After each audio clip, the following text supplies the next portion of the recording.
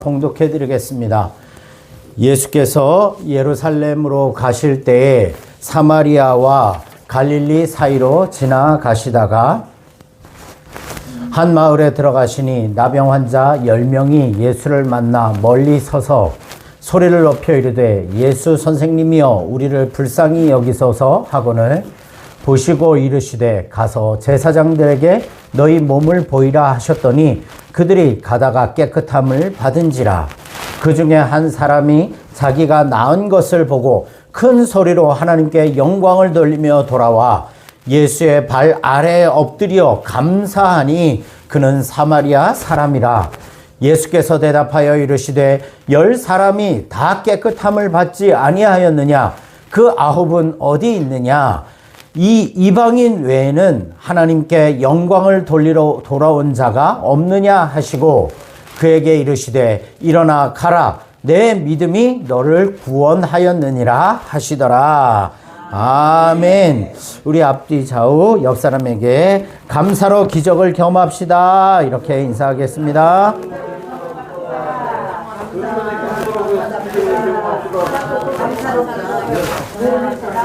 아멘.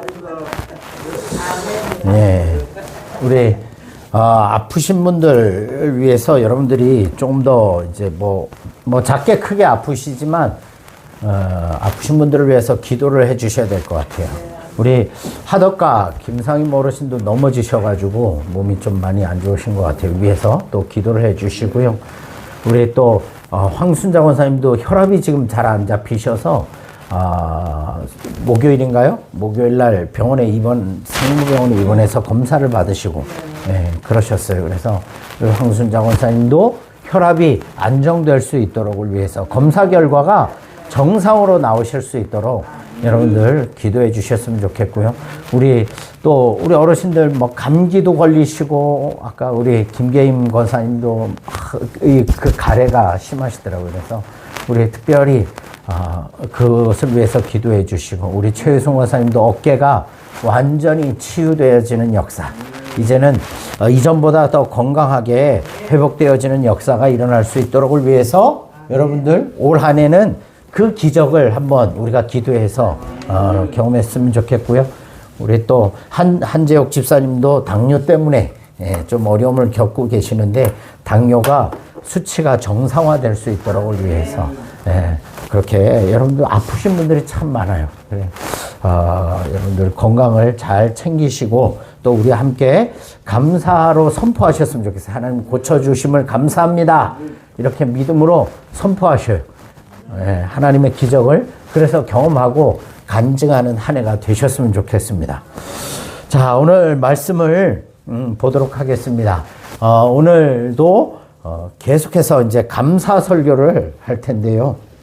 오늘은 뭐냐?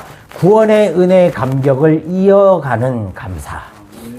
이 감사함을 통해서 구원의 감격을 계속해서 이어갈 수 있는 그런 은혜를 저와 여러분들이 누리시기를 축복합니다. 말씀을 보도록 하겠습니다. 우리가 살아가는 시대는 정말 부족함이 없는 풍요의 시대예요. 그죠? 예전에는 먹을 것이 없어서 성당을 가고 먹을 것이 없어서 교회를 가고 그랬었는데, 심지어는 군인들도요 초코파이 하나면 만족했어요. 초코파이 하나면 제가 예전에 군종 생활할 때, 이제 군 생활할 때죠. 군종 생활하면서 병사들이 제일 좋아하는 게 뭔지 아셔요? 초코파이예요. 초코파이. 단 게 그렇게 당기고 먹고 싶어 하는 거죠. 초코파이를 이제 좋아했는데, 근데 제가 전도사 때 이제 또 이 군사역을 한 1년 정도 했어요. 신병교육대 사역을, 교회를 한 1년 정도 담임을 하면서 사역을 했는데, 그때 되니까요, 또 세대가 바뀌니까 애들이 뭘 좋아하는지 아셔요? 초코파이를 별로 안 좋아하더라고요. 이젠 초코파이가 아니라 그것보다 더 진하고 단 게 있어요. 초콜릿은 아니고 그 뭐라 그래요? OS가 아니라 뭐죠? OS인가요? 가나 초콜릿인가? 하여튼 초코파이인데 그것보다 훨씬 더 이 카카오 함량, 단 함량이 높은 걸, 그걸 그렇게 좋아하더라고요. 아니요. 그거, 예. 이 초코파이 사각형이 있습니다. 그걸 얼마나 좋아하는지. 그리고 예전엔 짜장면 하나면 행복해했는데 지금은 짜장면 하나 가지고도 모자라요. 그죠? 피자를 먹거나 햄버거도, 이제 햄버거도 좀 식상해 하더라고요. 왜냐하면 먹을 것이 그만큼 풍부해졌기 때문이죠. 그죠? 예. 우리 장로님 금곡 지역만 하더라도 예전에 성당에서 뭐 이렇게 많이 줬다 그러더라고요. 예전에는. 그러니까 사람들이 성당에 많이 왔어요.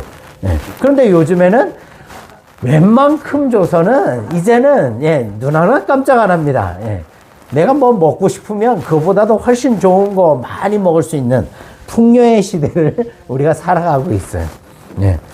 그런데 중요한 건 뭐냐면요. 이런 풍요의 시대를 살아가는데 이상하게 삶의 은혜는 넘쳐나는데 뭐가 메말라가고 있냐면요. 감사가 메말라가고 있는 현실이에요. 그죠? 그래서 이 감사가 메말라가는 영적인 기근의 시대를 우리가 살아가고 있어요. 그렇잖아요. 예전엔 교회 나와서 함께 국수 한 그릇 먹는 것도 그것만으로도 행복했고 감사했는데 요즘에는요. 교회 나와서 국수만 먹으면요. 이제는 교회 가니까 맨날 국수만 먹고 이제 그래요. 그래서 교회 안에 지금 어떤 경쟁이 붙었냐면요. 우리 교회가 더 음식이 맛있어. 이런 경쟁이 붙었어요. 그래서 어느 교회 가면, 어제도 제가 북부교회 행사가 있어서 갔었는데, 우리 북부교회는 옛날부터 음식이 맛있었다고 그렇게 얘기하시면서 뭐 음식들을 많이 준비하셨어요. 행사 때문에 준비를 하셨는데, 하여튼, 웬만큼 맛있는 걸 준비하지 않으면 이제는 잘 먹었다, 맛있게 먹었다, 이런 소리를 잘 안 하는 세대. 왜냐면 집에서도 맛있게 먹고, 마을회관에서도 아주 맛있게 잘하고, 그러니까 풍요의 시대. 그런데 뭐가 없어졌어요? 감사의 기근의 시대에 살아가고 있어요. 많은 성도님들이 하나님께 기도를 하죠. 뭐라고 기도하냐면, 하나님, 이 문제만 해결해 주시면, 하나님, 이 병만 고쳐주시면 평생 주를 위해 살겠습니다. 이 문제만 해결해 주시면 평생 주님을 위해서 헌신하겠습니다. 어제 우리 집사람이 유튜브로 간증 프로그램을 보는데 어떤 한 개그맨 젊은 여자가 하나님 내게 이런 내가 기도하는 거 그것만 해주시면 내가 평생 하나님 앞에 예배하고 헌금하고 다 드리고 선한 일 하면서 살겠습니다. 이렇게 했는데, 참 이상하게 잘 풀리고 나니까 그것을 잊어버렸어요. 그래서 하나님이 또 한 번 간섭하시니까 그때야 거꾸러져가지고, 하나님 앞에 돌아오는. 여러분, 이렇게 우리 인생에 폭우가 지나가고 나면, 태풍이 지나가고 나면 언제 그랬냐는 듯이 그냥 각자가 바쁜 삶으로 평범한 일상으로 또 돌아가는 거예요. 자, 오늘 본문도 이러한 인간의 본성을 아주 사실적으로 명확하게 보여주고 있어요. 여러분, 단순히 병 낫는 것이 우리 인생의 축복의 끝이 아닙니다. 내 문제가 해결되는 것이 단지 내 인생의 축복의 끝이 아니다라는 사실이에요. 우리 자녀들의 문제가 해결되는 것이 그게 축복의 끝이 아니다라는 거죠. 그래서 오늘 말씀을 통해서 우리는 그냥 육신의 만족, 육신의 문제 해결, 육체의 회복을 넘어서 영혼의 완전한 만족과 구원과 감사를 회복시키시는 감사의 열쇠를 발견하는 그런 시간이 되셨으면 좋겠어요. 자, 오늘 11절부터 14절까지의 말씀을 보면 이렇게 말씀하고 있죠. 예수님께서 예루살렘으로 가실 때에 사마리아와 갈릴리 사이로 지나가셨대요. 여기 배경은 어디냐면 사마리아라는 지역, 북쪽 지역과 그리고 갈릴리라는 그 바닷가 지역, 그 사이를, 경계선 사이를 예수님이 지나가시는데 한 마을에 들르셨어요. 그런데 이 한 마을에 들렀는데 그 마을에 어떤 사람들이 있었어요? 보니까 12절 보세요. 한 마을에 들어가시니 나병 환자 몇 명? 나병에 걸린 사람 10명이 있었어요. 네. 그 10명이 예수님을 만나고 그렇게 예수님 앞에 소리를 지르면서 예수 선생님이여 우리를 불쌍히 여기소서라고 예수님 앞에 가 바짓가랑이를 잡아야 되는데 그러지는 못했어요. 왠지 아셔요? 이 당시 이 나병이라는 것은 오늘날은 그렇게 많지는 않지만 어쨌든 나병이라는 것은 하늘로부터 형벌을 받은 사람이라는 뜻이 있어요. 그 나병 걸린 사람을 그러니까 하늘로부터 버림받은 사람, 하나님으로부터 벌받은 사람이라고 그렇게 여겼어요. 그러니까 일반 사람들하고 접촉할 수 있어요, 없어요? 없어요. 절대 섞이면 안 돼요. 섞이면 돌로 쳐 죽여도 상관이 없는 거예요. 자, 그래서 이건 뭐냐면 바로 사회적으로 분리되어지고 격리되어지고 죽어버린 상태나 사회적으로 죽은 상태나 마찬가지인 거예요. 사람 취급을 못 받는 상태. 13절을 보며 13절을 보시면요. 그들이 멀리 서서 외치죠. 가까이 가지 못하고 멀리 서서 왜? 일반 사람들 앞에 갈 수 없으니까 멀리 서서 예수 선생님이여 우리를 불쌍히 여겨주세요. 이게 무슨 말일까요? 예, 예수 선생님 당신의 소문을 들었는데 당신은 죽은 자도 일으키고 병든 자들을 고치시는 분이시랍니다. 그러니까 제발 우리의 이 나병 좀 고쳐주세요. 그냥 예수님 고쳐주세요 이랬을까요? 아니죠. 여러분들 같으면 어떡할까요? 그죠? 막 난리를 치겠죠. 지금 이 사람들이 그런 거예요. 가까이 갈 수는 없고 절박하니까 뭐합니까?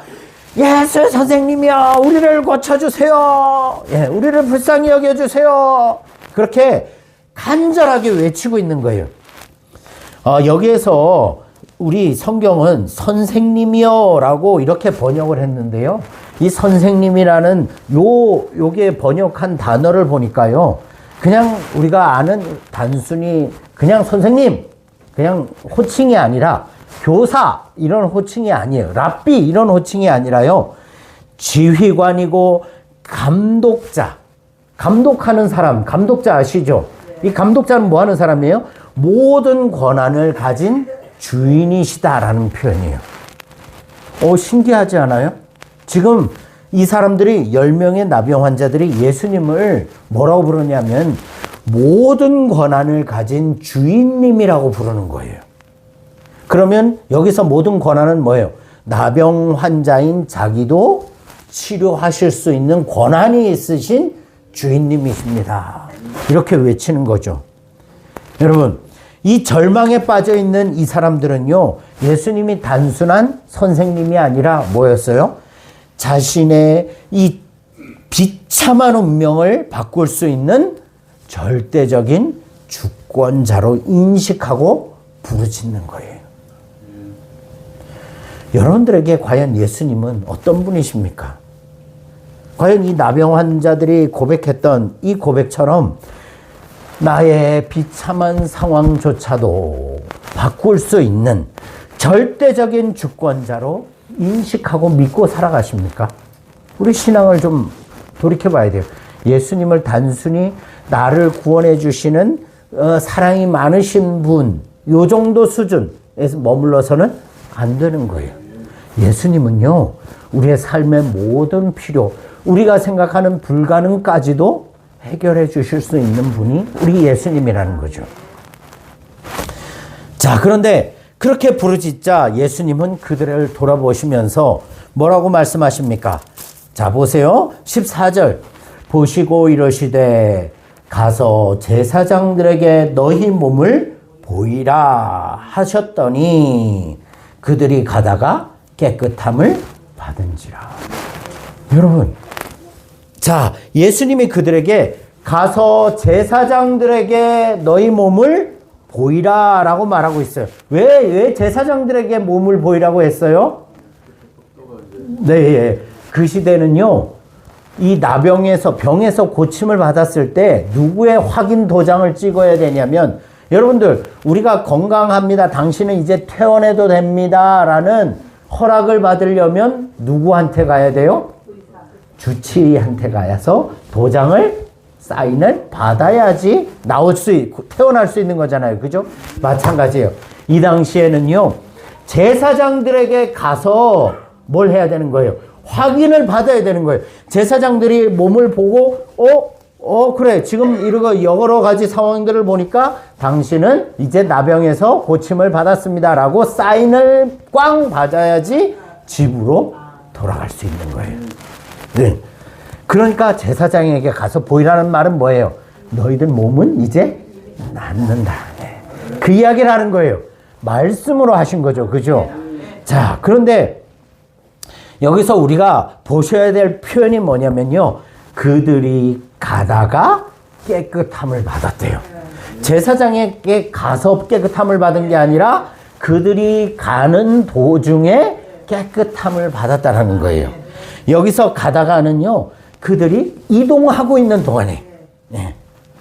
즉 출발할 때 예수님이 가라라고 그 말을 듣고 돌이켜서 출발할 때는 여전히 나병 환자였지만 그 발걸음을 제사장을 향해서 옮겨갈 때 나병이 고침을 받은 거죠.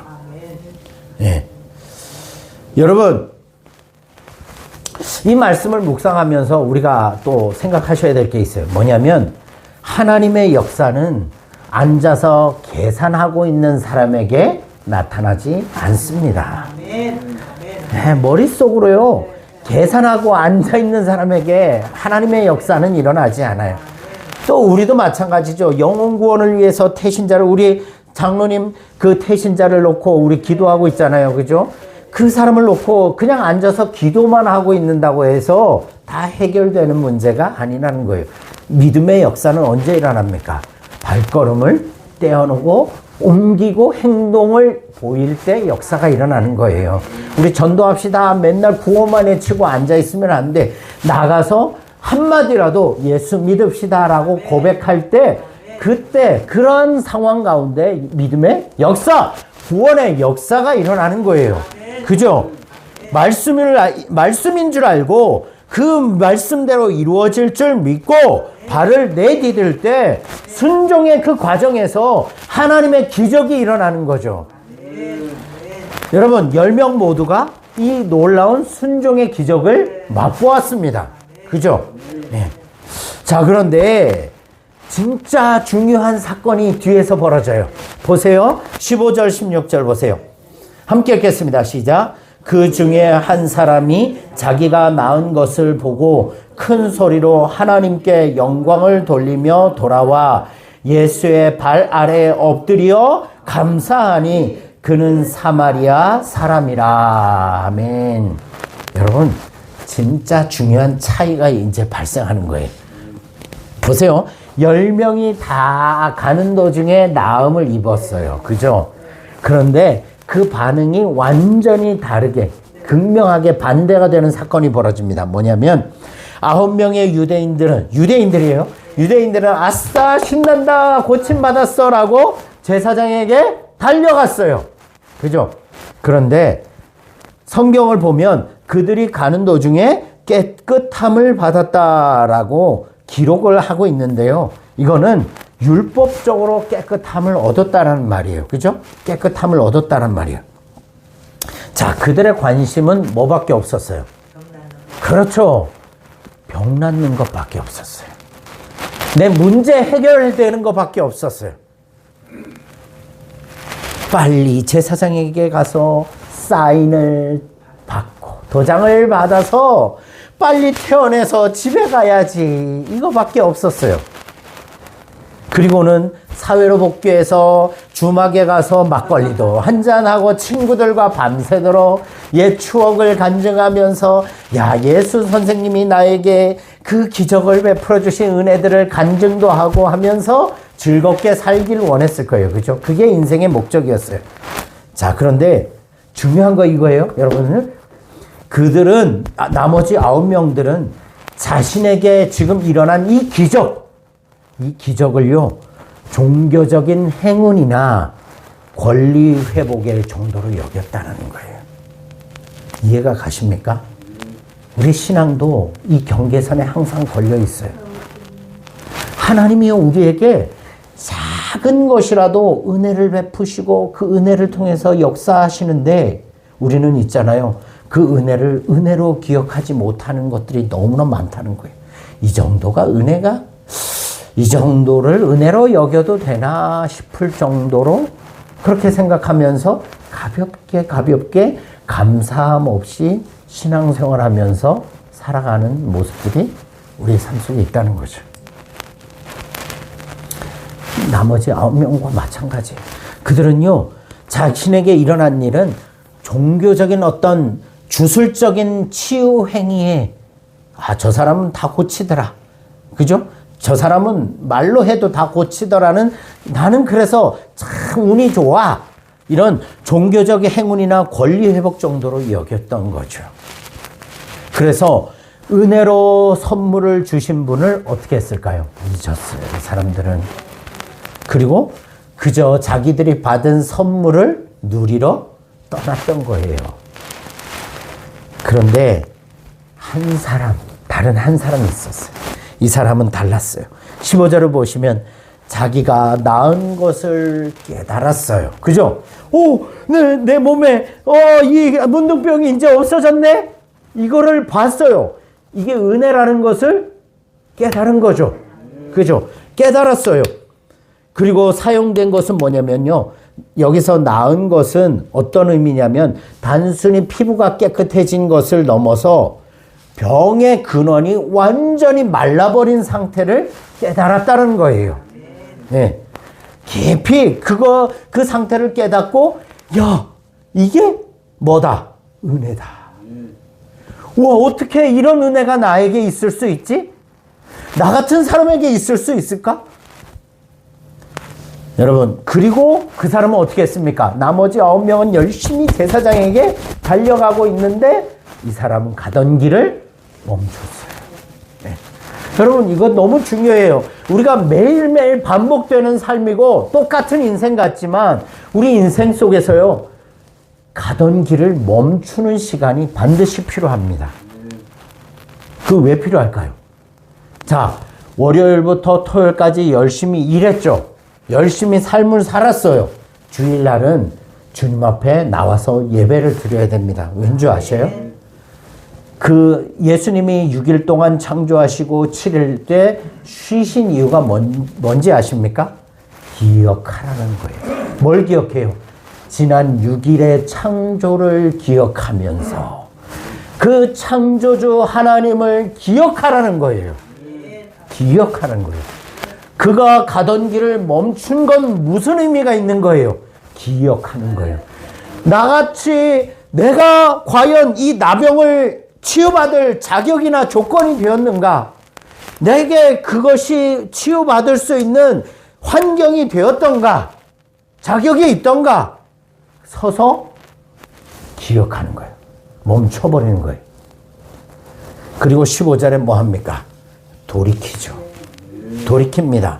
여기서 돌아왔다는 것은 단순하게 돌이켰다 그런 것이 아니라, 몸을 돌린 게 아니라 그의 삶의 방향을 완전히 머릿속 생각과 모든 삶의 방향을 돌이켰다라는 거예요. 그는 자신의 회복이 제사장의 판결에 달린 것이 아니라 바로 오직 그 예수님의 능력, 그 말씀에 달린 것임을 깨닫고 돌이켜서 누구에게로 돌아왔어요? 예수님께 돌아왔어요. 은혜의 출발이 어디부터인지를 알고 그 은혜의 출발점으로 돌아온 거예요. 그런데 재밌는 건 뭔지 아세요? 나머지 9명은 어느 민족이에요? 유대인들. 그런데 한 사람은 누군지 아세요? 이방인인데 유대인들이 제일 싫어하는 사마리아인이었어요. 한 명이. 여러분, 예수님께서도 그를 이 이방인, 18절에 보면 이 이방인 외에는 이렇게 표현하고 있죠. 그죠?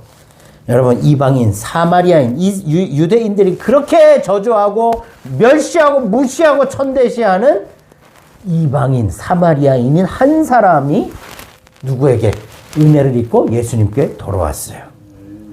여러분, 당시 예루살렘 성전에는요, 이방인이 성전에 들어올 수 있었습니까? 없었습니까? 절대 안 돼요. 절대 안 됩니다. 들어오면 죽여버려요. 네, 절대 그럴 수 없습니다.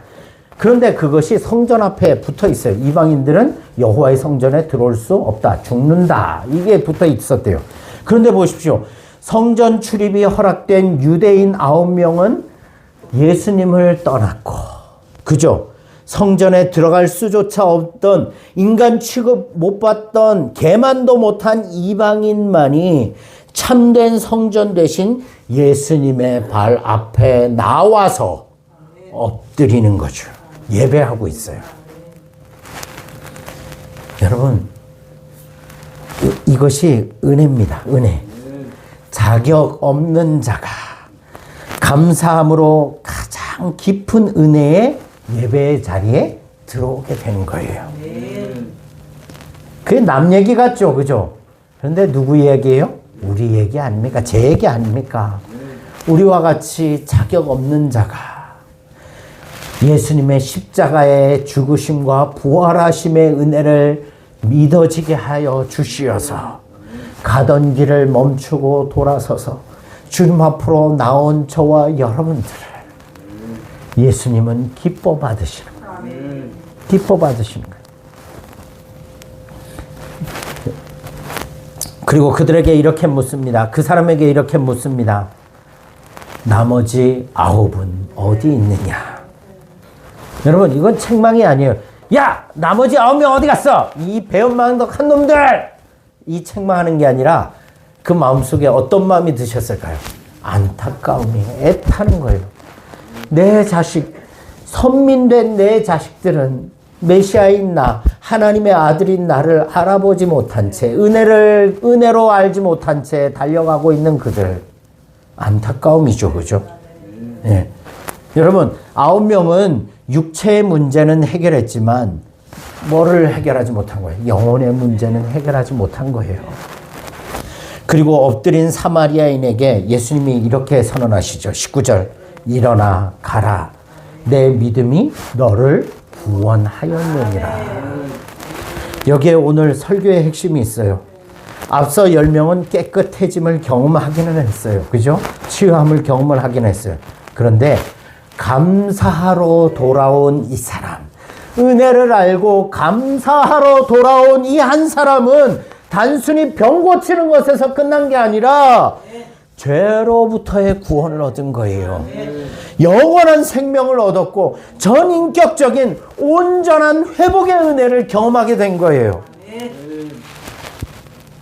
여기에서 예수님은 구원하였느니라, 이 표현은요 완료형이에요. 끝났다는 거예요. 이제 너는 완전히 구원 얻었다. 예. 선언이요. 그냥 선포해 버리는 거예요. 여러분, 너의 구원은 이제 완성되었고 그 효력은 취소될 수 있다, 없다? 없다. 영원하다. 그 말인 거예요. 이것이 뭐예요? 감사의 위력이에요. 은혜를 아는 자가 하나님 앞에 감사하는 게 뭐예요? 예배예요. 예배. 예배 자리에 왜 나오십니까? 왜 나오셔요? 문제 해결을 위해서 예배 자리에 나오는 게 아니에요. 뭘 위해서? 내게 베풀어 주신 은혜, 구원의 은혜, 내게 내 인생에 베풀어 주신 하나님의 그 은혜에 감사해서, 감격해서 뭐 하는 거예요? 감사함으로 나와서 하나님 앞에 엎드리는 것이 예배라는 거죠. 예. 감사는 예배예요. 감사는 예배.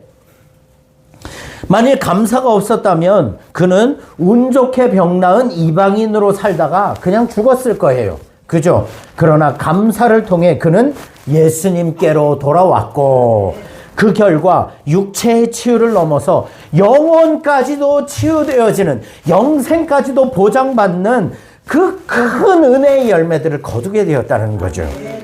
사랑하는 여러분, 감사는요 축복의 결론입니다. 감사는 축복의 결론이에요. 구원의 완성을 확인하는 도장이에요. 말씀을 맺도록 하겠습니다. 여러분, 우리 자신에게 좀 물어보셨으면 좋겠어요. 오늘 이 자리에 계신 여러분은 어떤 믿음의 길을 걸어가시고 계십니까? 어떤 믿음의 길을 걸어가시고 계셔요? 우리는 종종 9명처럼 행동하지 않습니까? 급한 불이 꺼지면, 기도가 응답되면 그 문제 해결의 기쁨에 취해서 제사장에게로, 세상으로, 나의 즐거움으로 달려가고 있지는 않습니까? 예배의 자리는 비어있고 감사의 고백은 어디론가 잊혀져 버린. 그런데 예수님은 오늘 저와 여러분에게 이렇게 말씀하십니다. 그 9사람이 아니라 한 사람, 그 10번째 사람이 너희가 되길 원한다. 그러면 그 예수님의 그 10번째 사람의 모습으로 살아가려면 필요한 게 뭐 있을까? 첫 번째, 가던 길을 좀 멈추십시오. 가던 길을 좀 멈추셔요. 계속 달려가지 마시고 좀 멈추셔요. 두 번째, 내 삶에, 여러분의 삶에 일어난 일이 우연이 아니라 하나님의 주권임을 인정하시길 바라겠어요. 그리고 돌이켜서 주님 말 앞에 엎드리는, 감사하는 그런 삶을 사시는 여러분들이 되시길 바라겠습니다. 그때 주님은요, 예수님은, 하나님은 우리에게 우리가 구하지 않았던 더 크고 더 은밀한 은혜를 우리에게 넘치도록 부어주실 것입니다. 여러분, 이렇게 도전하길 원합니다. 이번 주 한 주 여러분들 당연하게 여겼던 세 가지 일에 대해서 잠시 멈춰서서 구체적으로 감사하는 시간을 매일매일 가지시길 바라겠어요. 뭐가 있을까요? 당연하게 여겼던 거. 아침에 눈 뜬 거. 하루 밥 먹을 수 있는 거. 그리고 좋은 이웃들, 친구들, 또 믿음의 교제를 할 수 있는 거. 날마다 그렇게 감사하는 시간을 가져보는 한 주가 되셨으면 좋겠습니다. 이제 육체의 문제의 해결을 넘어서 영혼이 잘 되고 범사가 잘 되는 전인격적인 회복이 우리 덕가교회 모든 식구들 위해 삶에 충만하시기를 주님의 이름으로 축원합니다. 기도하겠습니다. 하나님, 우리는 자주 하나님의 은혜를 망각하고 살아가는 9명의 모습으로 살아왔습니다. 그저 문제 해결에만 급급하여서 예수님을 놓쳤음을 회개합니다. 이제 멈춰서서 하나님께 영광을 돌리는 그 한 사람이